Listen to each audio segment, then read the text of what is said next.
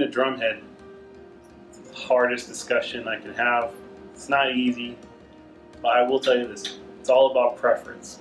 Whatever sound you like, it's really what you're going for.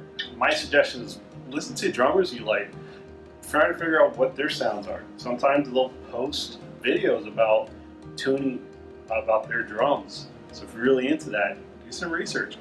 Ask your parents first, but do some research. Suggestions on tuning or patterns of tuning. I have a massive drum key. I use this for like drum line, but putting on a new head, this is obviously an old one, but putting on a new head is a little tricky. You gotta be careful with it. Taking these heads off, obviously you can go around about and undo everything. Take your time. Don't just do one. Keep it equal, because sometimes you might want to save this head for maybe another occasion. Once you have that off, clean the inside. Right? Take a paper towel or a napkin or something and just kind of wipe it off. Clean it out. It kind of gets a little junky in there. It's nice to clean.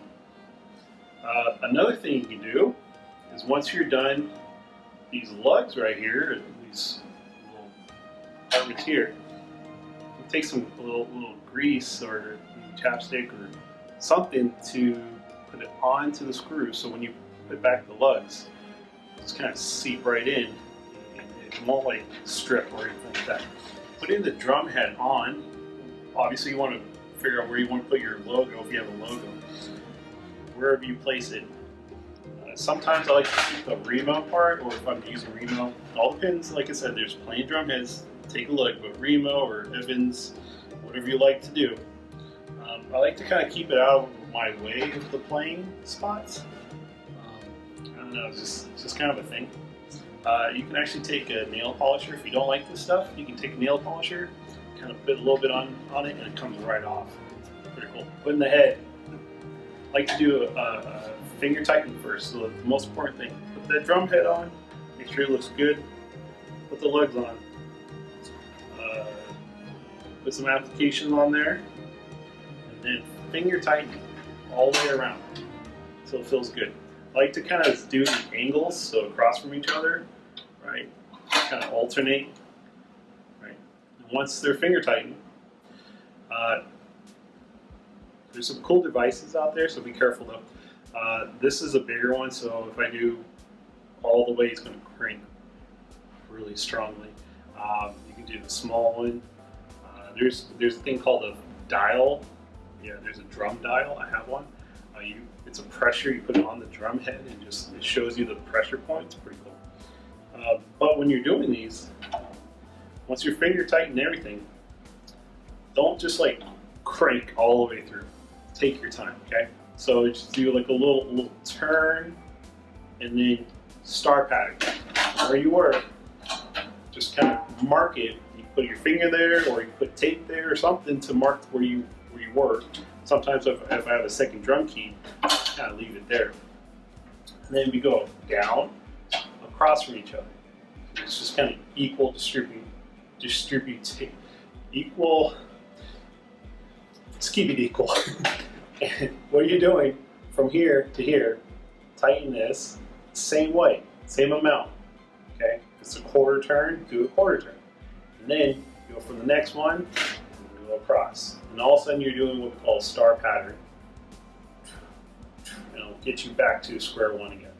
Well, I missed one, but obviously it'll get you back to where you started, okay? So that's a star pattern. And then maybe do another turn if you like, but I just kind of test the water with the drum head itself. And then if you don't like it, maybe a little bit tighter, then just go about, do it again, quarter turn.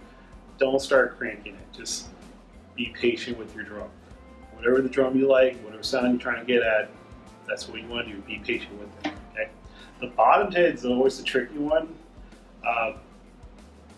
Like I said, preference. I like to kind of tighten the bottom head a little bit higher than the top head. Obviously, we kind of rephrase that. This is the batter head, obviously battering. The bottom head is called the snare head. You guys didn't know that? Because this is where the snares, that's where the snares live. So obviously it's called the snare head. So I like to kind of keep this one tighter than the batter head.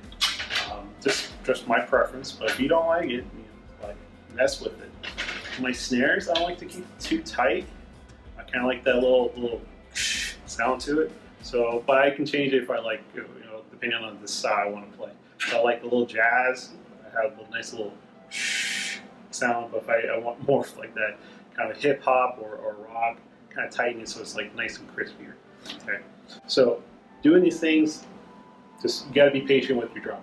You can kind of see some of the residue on here. This is tape. You can get moon gels to dampen. Basically, I use tape to dampen that ringing. If you don't like the ringing, you put tape on there, or I prefer moon gels.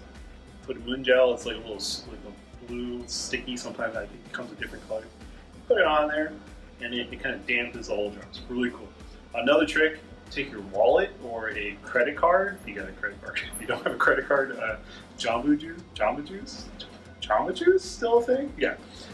You can take those little cards and put it on there. So if you're like in a tight squeeze, you don't have anything, you have something in your wallet, just put it on the snare. Obviously, you want to keep it closer to you and not in the middle of the drum, flying, just going crazy. So that's what I like to do, just in case. Or take like a towel or something. But where I keep this latch here, when I'm playing, I like to keep it right in front of me, right in front of my belly button. Reason why it's an easier reach for me. So when I'm standing or sitting down, it's just a nice reach. But sometimes, occasionally I'll keep it to the side, especially on drum sets. Sometimes I'll keep it to the side, so it's just an easier reach for me if I want to turn it off quickly and turn it back on. But if I'm doing standing percussion, I like to keep it in front of me so I can just easily reach right in front. If I try to keep it off to the side, a lot more noise happens, and sometimes I've done this, pretty sure some of you guys have done this too, where you try to reach over and you knock the drum. Yeah, it happens. So be careful on that, okay? But overall, whatever you like, whatever sound you like, and same thing with the toms. The bottom head, sometimes I like to kind of crank it a little bit higher than the top head. Sometimes I want to try to equal it out, but it's all a preference. You just gotta experiment. Whatever sounds good.